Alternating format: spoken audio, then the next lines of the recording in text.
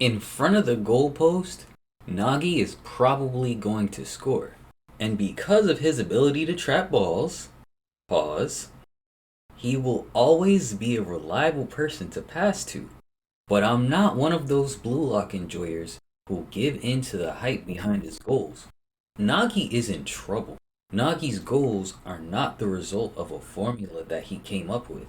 They are thoughtless, and he's going to have a lot of trouble in the future keeping up with the competition.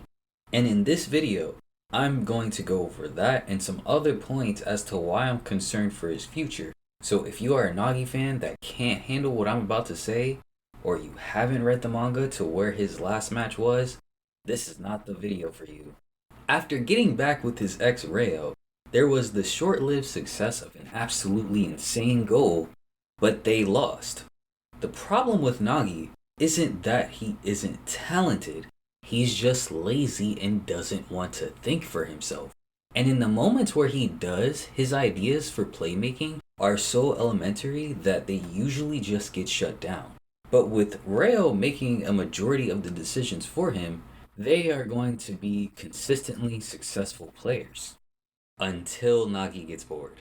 Nagi was introduced to us as a genius that was literally dragged into soccer. I think that one of his biggest issues is that he doesn't have goals. Reo, in the post-credits of the Bastard vs. Manshine City match, tries to remedy this by giving him a money goal, but this is bound to be ineffective. Nagi is a simple guy. It is easy to label him as a creature of the flesh who is comfortable satisfying just his basic needs without much thought, and I think this is echoed in his ultimately reactive playstyle.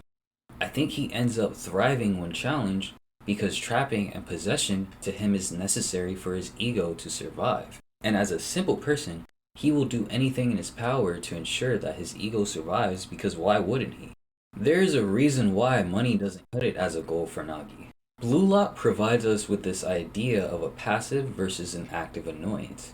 I think this explanation is meant to parallel the push-pull concept of motivation in psychology. The basic way of understanding push and pull motivation is that push is passive motivation and pull is active motivation.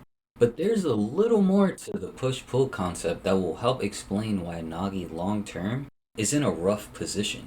Push motivators consist of inherent biological compulsions like eating when hungry or satisfying one's bodily craving for sex. Also, psychological needs like receiving attention or feeling like you belong. A simple way of thinking about push motivators is being pushed into action by a coercive force to avoid an undesirable outcome. Acting to escape negative feelings like danger, shame, or grief, or lacking something critical for your survival or the survival of something dear to you, like your ego. Pull motivators stem from the desire to achieve a certain result that satisfies an internal sense of urgency that isn't about avoiding an undesirable result. You are seeking something. For example, instead of going to college because your parents forced you to, which would be a push motivator or a passive annoyance, you actually can't stand the thought of not analyzing the ocean for the rest of your life as a marine biologist. In the initial stages of Blue Lock, everyone was pushed to perform well or they were basically never going to play soccer again. An environment that was most suitable for Nagi. To him, it was probably like a game. It gave him a game-like objective that forced him to prove his worth against other formidable opponents. There was a clear end to that goal: win games and survive. However, now the Blue Lock players who have gotten this far have basically secured pro player income and will have ample opportunities to play professionally. The push of survival is gone, and the players that seem to be excelling are the ones that actively display their desperation for higher needs like self-esteem, cognitive needs, or aesthetics. Wait, is Blue Lock's story progression literally about scaling Maslow's hierarchy of needs? Anyway, Nagi thrived with push motivators, but his lack of thought and creativity, predominantly due to laziness, will end up halting his progression because he is not pulled to any new goals that will allow him to evolve. It is not that pull motivators are better, but when your basic needs are covered, and you're not in danger, pull motivators are bound to be more urgent and pull you towards achievements, which should imply growth.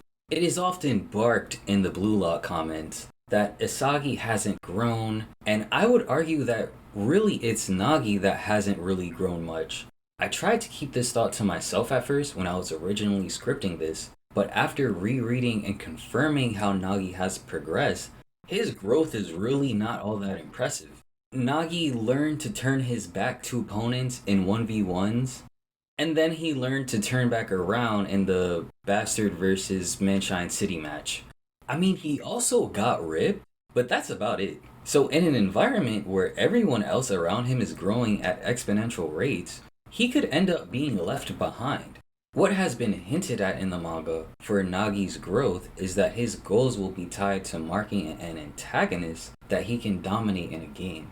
It seems as though he will always have to rely on external factors because Nagi lacks values or conflated opinions about himself currently that will pull him towards an aesthetic. Future awakenings would necessarily have to be about keeping others under his narcissistic thumb to satisfy a need to belong after being abandoned when he stalls in progress as a player.